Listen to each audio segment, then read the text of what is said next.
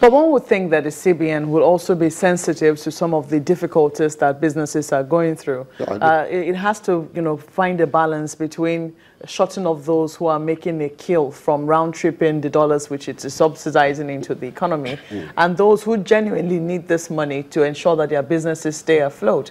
Do you see it being able to strike that balance? I think it's going in that direction. One, they have to be sensitive, you're right. They have to understand what the real sector is going to, operators in the real sector are going to. And the point is that I already have seen an effect of these policies in the operation of the parallel market. The BVN scheme or the regime has kind of reduced the possibilities around all these huge margins in FX trading, as far as I can tell. Because no matter how much naira you have that you want to buy, there are restrictions even with the BDCs as to what they can sell to you. All right? So it means that you cannot easily go around because you have a license expecting to make so much margins from this. But you are right to the extent that CBN has to look at how the manufacturers, the service providers have to, sector operators have to be comfortable within the economy and be funded aright. I know what I'm going through with my bankers. It's not their fault. It's because there is no cash to push out there to us. But they will still chase after the very large conglomerates who will ask for very, I know what I'm facing in terms of interest regimes, regardless of whether the CBN has changed the MP, whatever. It doesn't matter. They will do what they will do to small and medium-sized companies because they are already in the survival mode.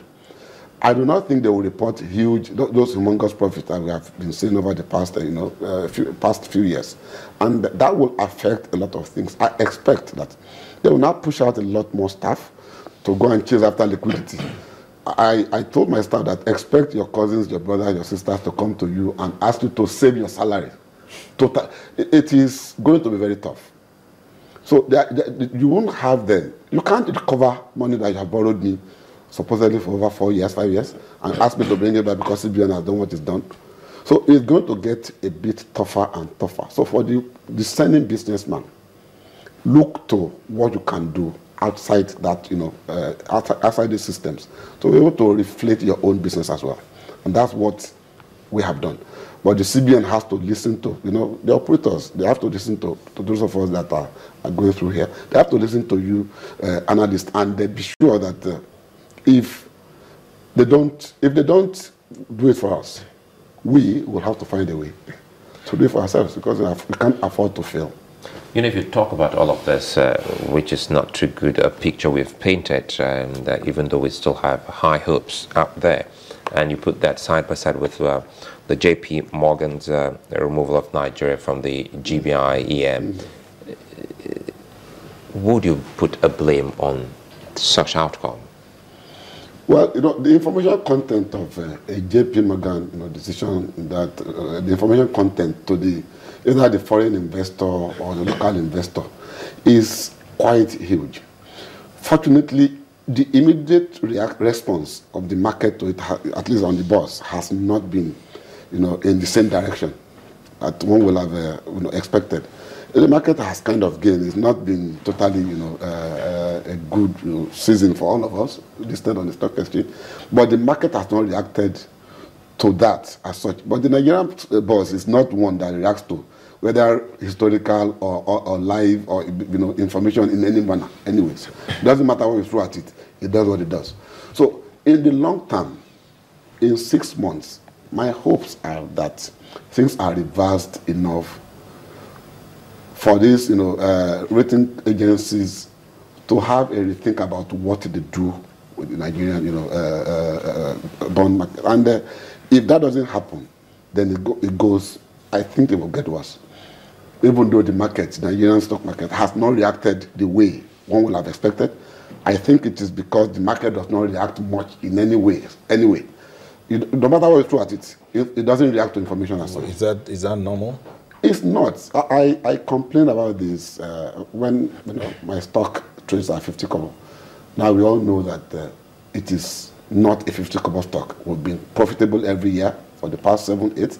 We release information, positive information regularly. I mean, we are practically the poster boy company for medium-sized company on the stock exchange. And you want small businesses to come and list. Meanwhile, you are coming up to say that there are some stock that are premium. There are some stock that are supposed to be, out there. They already get enough publicity. You are saying that there are 3 parameters, but size should not determine who should be out there in terms of premium. And we are, for me. You're protesting that? Yeah, I have. Because size, everybody knows size does not always matter. It is not, and good things small. It depends on who you ask. Yes. So at the end of the day, we have a market that does not react to external stimuli. It only reacts to what goes on inside. We have the CBN with its policies that are seemingly tightening. We have a liquidity problem in the country, but you're still optimistic. I'm a Nigerian. I have to be. That's what we grew up to be. That's what we have to be in order to survive. If you lose that hope, you might as well just pack up and go. You cannot say because what is happening either in government or on the exchange is going to stop business. Otherwise, you might as well just lie down and go and die somewhere. There's this reaction that came in from Fitch this morning talking about the cutting reserve requirement says will not add liquidity to the Nigerian banking system. It won't. I said it already. With what has been done, it will just go back. You are taking 100% of, almost 100% of public sector funds or deposits out of the system. You are returning just about between 35 and 40% of it. That hasn't helped. It won't help, except the system was over liquid before, and you are just coming back to normal now. And that's not the case. That's not the case. And the 65%, between 60 and 65% gap, will have an effect very soon. Except there are monies kept under beds and pillows somewhere that cannot be brought back into the system. I don't see that helping the banks in any way. They will come after us, but I don't think you have monies under your pillows or your beds. We have to find a way of making use of the $1.5 billion cash in those bank vaults. We have to find a way of bringing them out and using them for something. If the owners wouldn't, the government should come up with some scheme that will bring it out. What is it doing there? You cannot even deposit dollars in your bank account anymore. They won't accept it. But there are, all these monies that went from the election period and all this, the remnants are kept in dollars and in bank vault, waiting for Naira to be devalued. Now, why can't government find a way of bringing these monies out and using it it's a whole month FAC allocation? Well, this is where we say, thank you for finding time to join us this morning. Bola Akindele, he's a Group Managing Director of Courtville Business Solutions. He's a banker and one-time bank examiner, as well as someone who is into the services sector. Thank you so much for finding time to join us. We do hope that the CBN and the government will look into some of these key issues that economists and analysts have raised up. We'll take a moment here on Sunrise Daily. We'll return shortly. Stay with us.